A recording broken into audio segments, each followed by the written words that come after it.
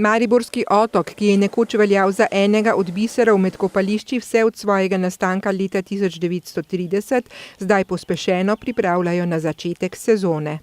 Tako kot pretekla leta, ga bomo tudi zdaj odprli na zadnji šolski dan, to je v petek 22.6. Takrat seveda bomo tudi pripravljali prav poseben program, posebno ponudbo za osnovnošolce, srednje šolce in seveda za ostale. Tudi letos se bodo potrudili, da bi z vsebinami pritegnili več obiskovalcev. Njihovo število je sicer v veliki meri odvisno tudi od vremena. Glede na to, da bomo dali dodatne programe, da bi privabili dodatne ljudi in da bodo seveda vsi tisti, ki bodo prišli na Mariborski otok, tudi odhajali iz njega sproščeni in zadovoljni. Je pa samo kopališče z vsemi objekti nujno potrebno obnove. Nanjo se čaka že več let, predvsem zaradi ovir, ker je pod spomeniškim varstvom in se iz njega ne more narediti sodobnega kopališča, in pa seveda zaradi pomankanja denarja. Naša želja je, da se bi dejansko obnovil v retro varianti, zato pa bi bilo potrebno postoriti tudi stavba, je posebej zaščitena, se pravi obnoviti stavbo, takšna kot je, ampak z izolacijo z notranjimi prostori, dodati učilnico, gostinski lokal posodobiti.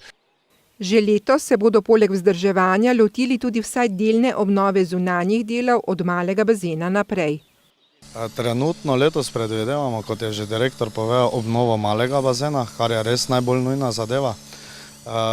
V prihajajočih letih pa je res potrebna obnova kompletne strojnice, saj je že tehnologija res dotrajana.